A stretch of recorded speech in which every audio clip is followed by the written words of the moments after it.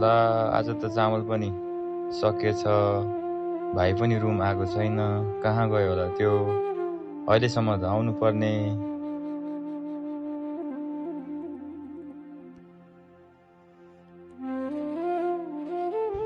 ल यार, दाइलाई के भइस? स्याटमा छौ त?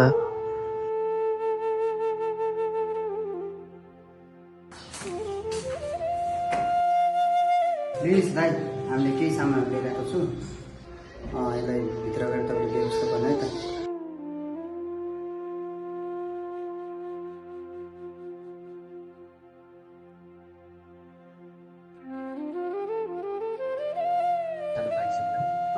जाउँ, खाना भइसक्यो। ओहो साथी यार, मलाई त कस्तो टाउको दुखेछ।